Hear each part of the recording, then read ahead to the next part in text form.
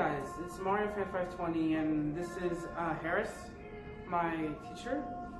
And today we are going to be reviewing The Lion King. And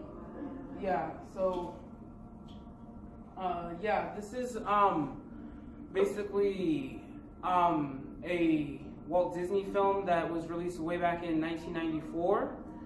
And in my opinion, it's I think it's the greatest one, and it's actually my favorite animated movie, and as well as my favorite Disney movie. So the story basically revolves around a young,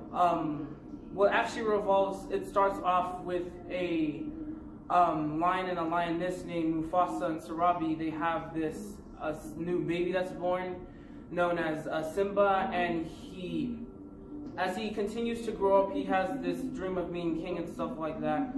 But after a terrible tragic that happened to his father because of his uncle and stuff like that, he has to run away for a little while, and then he returns and stuff like that to fight his uncle in order to become king and stuff like that. So that's basically the plot of the story and stuff like that. And first off, I have to say that the best part of this movie is definitely the animation.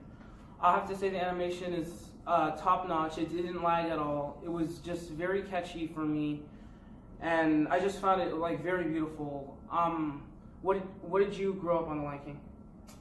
I was an adult, and I took my nephews to see The Lion King when it first came out. But my mom and I basically went for ourselves because we really enjoyed it. And while it is a great animated picture just for kids, it also talks or shows kids the circle of life, and it explains death in a way that young kids can understand it. I also agree with Elijah. I love the animation, and I also love the humor in the characters. But it also taught a life lesson that sometimes when you feel at your worst, instead of running from something, you have to turn and face it, which was Simba's case. Yes.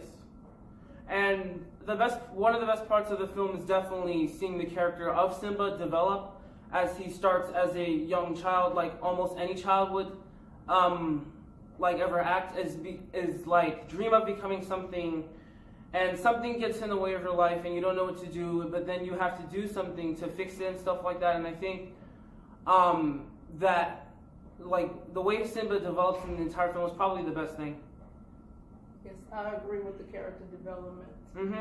The character development is top notch, as well as the other characters. There are some very interesting characters. His father, Mufasa, very great leader in this movie. Very great leader. Yeah, he was the king, and his boys even held authority. One of my favorite parts, not the favorite, but one of my favorite parts, is when the hyenas are saying Mufasa and they're laughing, and then Mufasa comes with all his authority, and then they're cowering in the corner. I love it. I love it. I also have to give credit to the hyenas in this movie, because even though they're villains, they did have their own moments. They were very funny in my opinion. What's his name? Scar? He was downright. He was just the perfect villain for a Disney movie. Perfect. I love the direction that they would put in this kind of Disney villain. They made him dark. He was basically jealous of his own brother because he was king, so he killed his brother off. And you don't usually see that in in other Disney villains, because these are one of the darker ones in the Disney universe today. And I think one of the saddest parts was when Mufasa actually fell to his death because of the stampede. Yeah. And I wanted to cry. I'm sorry. I don't think there was anyone who didn't want to cry after that moment. It was just so, I guess, heartbreaking to see that actually happen. But, I do like the emotional stuff that happened in this movie. Yet again, this movie does teach us about life lessons, like Harris mentioned, and stuff like that. There are some really, really emotional scenes that can tug to many people's heartstrings and stuff like that. And as soon as those emotional things kick in and stuff like that, you get to see not just Simba, but some other characters and stuff like that, like Nala and all the other lions and lionesses in the Pride Walk. It's not just affecting Simba, it's affecting all the other lions and stuff like that. And without him being king, like, I think the entire thing just goes in chaos and stuff like that. Very well said. And one part that was integral to the movie that I didn't particularly care about was when he was running around singing, what's the song? Hakuna Matata, no cares, no worries. Because he was a lion. Mm-hmm. He was, by nature, someone who was supposed to be aggressive and accomplish things. But because of his fear and his guilt of his father's death, he took on a character that was not his. Yeah. And so that also, to people who are paying attention, would show them, you don't take on someone else's character. Yeah. You develop your own character, because while he was walking around eating bugs, he was meant to be eating steak. Yes. So that, I love the part, but at the same time I was like, oh, that's not his character. He's taking on someone else's character. Mm-hmm. And a lot of times students do that. And it frustrates me when I see it, because everybody is great in their own right, but when you take on someone else's character, you lower who you are, what you can accomplish. Yes. I'm sorry, that's the teacher in me, although we're talking about 100% agree it does with that. connect.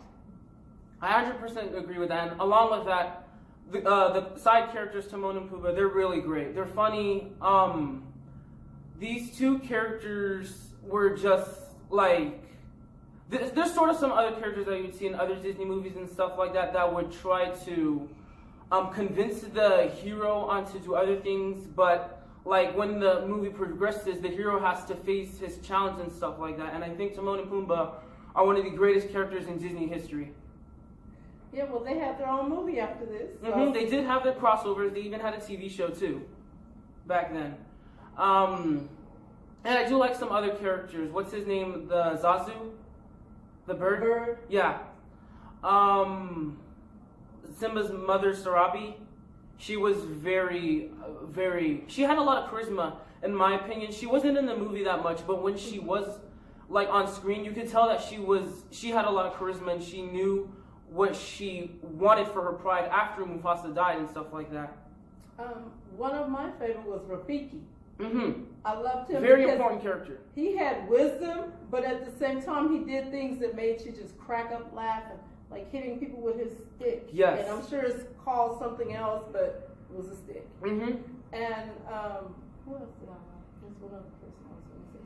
Oh, and Whoopi Goldberg as the hyena that laughs the most and is acting out. I really loved her character. I really did have a lot of fun watching this movie because of how spectacular, mind-blowing the story was. The animation is top-notch, like I already mentioned. The characters are very likable. It's a Disney movie, for one. You gotta give it credit for that.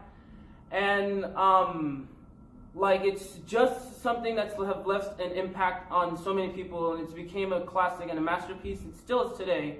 Very timeless. And, by the way, they're making a remake of this in 2019, live action. Ooh. So that's gonna be kind of pretty cool, and Beyonce's in it too. So that and a lot of people are like talking about this and stuff like that, and see if it would connect to the original and stuff like that. And it's made by the same man who made the new Jungle Book. So we know it's gonna be good and stuff like that. He also made Iron Man, but this movie it's really just. I've literally ran out of words because this movie is just great. It's literally just iconic. It is iconic, definitely. The opening of this movie is literally, it shows you what like basically life is and stuff like that, including the circle of life and how. Because when you look at openings like this, especially in a Disney film, it shows you like what life is and what everyone and everything in this world experiences and stuff like that, especially the magic of Africa and stuff like that, because this is exactly where this entire movie is taking place, on the continent of Africa. and that's basically one of the places, I think the place where life all started and stuff like that. Well, it was one of my favorite movies. As again, I might say, as you said, the greatest animated movie so far. Mm-hmm. And thank you for having me. Yeah. And so that's it for today. Overall, for a grade, I'm gonna give The Lion King an A+. I think it's a perfect animated film. It's my favorite animated and Disney film. It's very timeless. And if you haven't seen this, I think what are you doing right now? Because this movie is literally 24 years old. I think next year this movie will be 25 years old. And if you guys haven't seen this movie, definitely check this out. And I don't know why you haven't seen it, but anyway, what would you give it for a grade? A+ as well. All right, so A+ for me, A+ for Miss Harris. So that was our little review of The Lion King. Thank you guys so much for watching, and thank you for having me in this movie review. Yeah. So anyway, thank you guys so much for watching. Stay tuned for my other content that I make on my channel, as well as other movie reviews. And as always, I'm MarioFan520, and I will see you next time. Peace out. All right.